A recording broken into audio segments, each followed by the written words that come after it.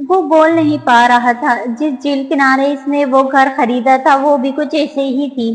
ایک لمحے کے لیے اس نے سوچا شاید امامہ کو اس گھر کا پتہ لگ گیا ہے، شاید اس نے لیپ ٹاپ میں اس گھر کی تصویریں دیکھ لی تھیں اور اب جان بوجھ کر اسے چھیڑنے کی کوشش کر رہی ہے۔ لیکن ایسا تھا تو اس نے لیپ ٹاپ کب دیکھا تھا؟ پچھلے کئی دنوں میں تو یہ نہیں ہو سکتا، کیونکہ اس کا لیپ ٹاپ اس کے پاس تھا۔ اور گھر کیسا تھا؟ وہ کریدے بغیر نہیں رہ سکا۔ شیشے کا۔ سالار کے رونگٹے کھڑے ہونے لگے۔ وہ گھر بھی شیشے کا تھا۔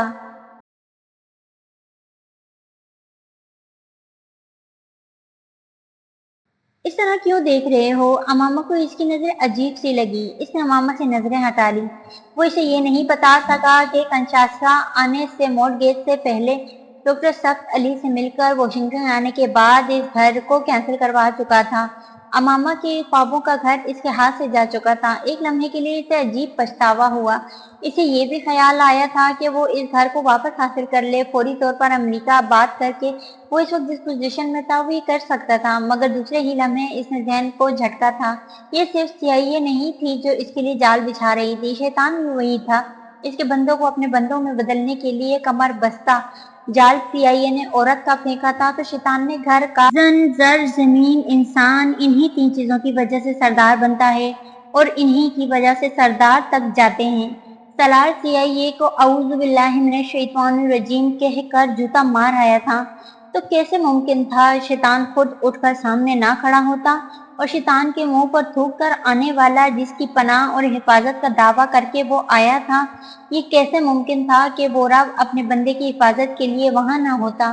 وہ حافظ قرآن تھا، گناہ پر اس کے لیے سزا زیادہ تھی تو نیکی پر اس کے لیے انعام بھی بے پناہ۔ ہومین کیسا ہے؟ وہ ایک دم بات کو وہیں چھوڑ کر ہومین کے انکوبیٹر کی طرف آیا تھا۔ شیطان نے افسوس سے ہاتھ ملے۔ وہ بات چھوڑ کر کیسے اٹھ کھڑا ہوا؟ وہ جس برق رفتاری سے آیا تھا اور پل بھر میں غائب ہوا۔ بس وسوسہ اور وہم ڈالنا تھا، وہ ڈال گیا۔ بالکل ٹھیک ہے، دیکھو سو رہا ہے، امامہ نے وہیں تکیے سے ٹیک لگائے کہا۔ سالار نے انکوبیٹر کو کھول کر پہلی بار ہومین سالار کو گود میں لیا، اسے جھکے جھکے سینے سے لگایا اور چوما۔ وہ کمزور بچہ باپ کے لمس پر کھسکھسایا، پھر اس نے آنکھیں کھولی، سیاہ موٹی گول آنکھیں۔ اس نے باپ کو دیکھا، پلکیں جھپکائے بغیر وہ اسے دیکھتا رہا۔ سالار بھی مسکراتے ہوئے اسے دیکھ رہا تھا۔ پھر اس کے ماتھے پر چند بلائے تھے، ناک اوپر چڑھی اور پھر ہومین نے پوری قوت سے گلا پھاڑ کر رونا شروع کر دیا۔ اس کی آواز اتنی باریک اور تیز تھی کہ چند لمحوں کے لیے سالار ہکا بکا رہ گیا۔ اس کے ننھے وجود کے اندر اتنی جان کہاں سے آئی تھی؟ جبریل اور عنایا اس کی آواز پر بڑبڑا کر اٹھے تھے۔ پیڈی ایک دم اندر آ گئی۔ سالار ہومین کو واپس انکوبیٹر میں رکھنے کی جدوجہد میں مصروف تھا، لیکن وہ 1 ہفتے کا بچہ ایک بار انکوبیٹر سے نکلنے کے بعد دوبارہ واپس اندر نہ جانے کے لیے جتنی جدوجہد کر سکتا تھا وہ کر رہا تھا۔ اس کا بس چلتا تو اپنے ہاتھوں کی پوچھ سینے، ناک اور جسم کے ہر حصے پر لگی نالیوں اور تاروں کو کھینچ کر اتار دیتا۔ وہ ان میں سے کسی چیز کو تو نہیں اتار سکا، لیکن وہ ہلکا سا ڈائپر اس کے جسم کے مسلسل جھٹکوں سے کھل گیا تھا، جو صرف رسماً ہی اسے باندھا گیا تھا۔ وہ یک دم ٹارزن کے بچے جیسے حلیے میں آ گیا تھا۔ بستر سے چھلانگ لگا کر باپ کی طرف بھاگتے جبریل نے اپنے چھوٹے بھائی کے دلیرانہ اقدام پر بے اختیار چیخ مار کر آنکھوں پہ ہاتھ رکھا۔ بابا، بیبی از نیکڈ! بابا، بیبی ننگا ہے! وہ آنکھیں بند نہ کرتا تو بے شرمی کے اگلے مظاہرے پہ یقیناً پتھر کا ہو جاتا، کیونکہ بیبی اب اس پانی سے فراغت حاصل کر رہا تھا جو ٹیوبز کے ذریعے اس کے اندر منتقل کیا جا رہا تھا۔ پیڈی کو ہومین تھماتے ہوئے سالار بے یقینی سے پیشاب سے بھیگی اپنی شرٹ کو دیکھ رہا تھا۔ یہ کارنامہ اس کے پہلے 2 بچے نہ کر سکے۔